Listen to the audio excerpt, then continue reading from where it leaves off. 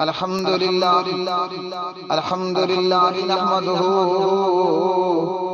ونستعينه ونستغفره ونصلي على رسوله الكريم. أما بعد، نساؤكم حرث لكم فأتوا حرثكم أنّا شئتم. تمہاری بیویاں، تمہاری عورتیں تمہاری کھیتی ہیں، بس تم جس طرح چاہو اپنی کھیتی میں آؤ. السلام علیکم ورحمۃ اللہ. سوال ہے، تمہاری عورتیں تمہاری کھیتیاں ہیں، جیسے چاہو سے کیا مراد ہے؟ فاتو حرثکم انا شئتم. کھیتی کا پہلی بات تو یہ کہ کھیتی کا مطلب یہ ہوتا ہے کہ بندہ کھیتی میں بیج ڈالتا ہے اور پھر اس سے فصل پیدا ہوتی ہے. ٹھیک ہے جی. تو یہاں کھیتی سے مراد جو ہے وہ عورت ہے، ایک مرد کی بیوی ہے. بیج ڈالنے سے مراد منی ہے اور بچہ دانی ہے اس کی، اس سے اللہ تعالیٰ پھر اولاد عطا فرماتے ہیں. جیسے چاہو کا مطلب یہ ہے کہ آدمی چاہے تو اپنی بیوی کے پاس اس طریقے پر ہم بستری کرے کہ بیوی کو جو ہے وہ پیٹھ کے بل لٹا دے اور ٹانگوں کو اٹھا دے، یا یہ ہے کہ جس طرح حضرت عمر رضی اللہ تعالی عنہ نے فرمایا کہ میں ہلاک ہو گیا اور پوچھا کہ یا رسول اللہ صلی اللہ علیہ وسلم، میں نے اپنی سواری کو الٹ دیا ہے. ٹھہریے، آگے بڑھنے سے پہلے ہمارے فیس بک پیج کو لائک کریں، فالو کریں اور یوٹیوب بیل آئیکن دبائیں. اب تو پیارے نبی صلی اللہ علیہ وسلم نے فرمایا کہ کوئی گناہ نہیں ہے جہاں کھیتی ہے اور جہاں اللہ نے کھیتی کو آنے کا حکم دیا ہے کہ کھیتی میں یہاں سے آؤ، اور ہے بھی وہی کھیتی، کہیں اور سے جائے گا تو وہ کھیتی نہیں ہوگی، وہ گندگی ہوگی. تو اگر مرد اپنی بیوی کے ساتھ اس کی کھیتی میں ہم بستری کرتا ہے، چاہے سواری نیچے ہو یا چاہے کہ سواری اوپر ہو، یا سوار نیچے ہو اور سواری اوپر ہو جائے، یا یہ کہ بیوی کو پیٹھ کے بل لٹا دے اور خود اوپر ہو، یا خود نیچے ہو اور سواری اس کے اوپر آ جائے، یا اپنی بیوی کو جانور کے شیپ میں کر لے، یعنی بھیڑ بکری کے شیپ میں کر لے، تو ہر طریقے پر درست ہے. اللہ تعالیٰ نے اس کی اجازت دی ہے. صرف ہم بستری اور دخول جو ہے وہ خاوند کو چاہیے کہ وہ بیوی کی کھیتی میں کرے. اگر کہیں اور دخول کرے گا تو پیارے نبی صلی اللہ علیہ وسلم نے فرمایا ملعون من اتى امرأته فی دبرها.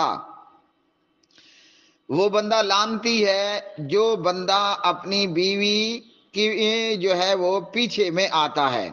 پیچھے سے مراد پخانے کی جگہ میں ہم بستری کرتا ہے، لیکن اگر وہ پیچھے سے آگے میں دخول کرتا ہے، آیا پیچھے سے ہے لیکن دخول اس کا کھیتی میں ہے، آگے میں ہو رہا ہے، تو پھر کوئی گناہ نہیں. اور اگر کوئی پخانے کی جگہ میں عضو تناسل کو داخل کرے گا تو نبی پاک علیہ السلام نے فرمایا کہ ایسا بندہ لعنتی ہے. اب اگر کسی سے ایسا ہو جائے تو کیا اس کی بیوی اس پر حرام ہو جائے گی؟ جواب ہے کہ اس پر لعنت تو ہو گئی ہے کہ اس نے خبیثانہ کام کیا یا اس نے گندگی کا ارتکاب کیا ہے، لیکن بیوی اس کی اس پر طلاق نہیں ہوگی.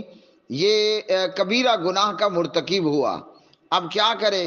اس گناہ کے ازالے میں، اس گناہ کو اپنے اعمال نامے سے دھونے کے لیے توبہ بھی کرے، استغفر اللہ کا ورد کرے، اور جتنا زیادہ ہو سکے استغفر اللہ کا ورد کرے اور صدقہ خیرات کرے. آئندہ کے لیے اللہ سے معافی مانگے کہ پروردگار میں تیری بارگاہ میں معافی کا طلبگار ہوں، میں آئندہ یہ حرکت نہیں کروں گا. اور جسمانی طور پر بھی آدمی بہت سی گندی بیماریوں کا جو ہے وہ شکار ہو جاتا ہے بیوی کے نعوذ باللہ اختو پخانے کی جگہ میں عضو تناسل کے داخل کرنے میں. اور اس میں اللہ تعالیٰ نے حضرت لوط علیہ السلام کی قوم کو اس لیے ہلاک کیا کہ وہ لونڈے باز تھے۔ لونڈا جو ہے لڑکا لڑکے کے ساتھ بدفعلی کرتا تھا، تو اب ظاہری بات ہے کہ لڑکے کے پاس کھیتی نہیں ہوتی، لڑکے کے پاس جو ہے وہ گٹر ہوتا ہے اور گٹر کا منہ ہوتا ہے۔ تو وہ لوط علیہ السلام کی قوم لونڈے باز تھی، اللہ تعالیٰ نے اس قوم کو ہلاک کیا اور اس پر اللہ نے پتھروں کی بارش برسائی۔ فرشتے نے ان لوگوں کی بستی کو اٹھایا اور آسمان کے قریب لے گئے، اتنا قریب کہ آسمان کے فرشتوں نے اس بستی میں موجود کتوں کے بھونکنے کی آواز کو بھی سنا، اور پھر اس بستی کو الٹ دیا گیا، اور اس پر جو ہے اللہ سبحانہ تعالیٰ نے سورۃ ہود وغیرہ میں بیان فرمایا کہ پتھروں کی بارش کر دی گئی، نشان لگائے گئے پتھر تھے۔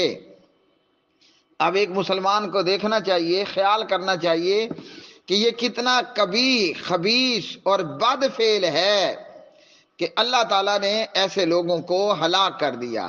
اور ہمیں ہمارے نبی پاک علیہ السلام نے فرما دیا ملعون من اتمرہ فی دبرہا، جو اپنی بیوی کے پخانے کی جگہ میں آئے گا تو فرمایا کہ وہ بندہ لعنتی ہوگا۔ تو یہ حرام کا فعل ہے، نہ جانے میں اس طرح ہو نہ انجانے میں ہو۔ جہاں اللہ نے کھیتی رکھی ہے وہیں پر مرد کو چاہیے کہ اپنا مزہ، اپنی لذت اور اپنے چسکے کو پورا کرے، اور پھر جب قرآن کے حکم کے مطابق ایک آدمی اپنا مزہ، اپنی لذت اور اپنا چسکا پورا کرے گا تو اللہ تعالیٰ ان چسکوں کے اوپر بھی ثواب عطا فرمائے گا۔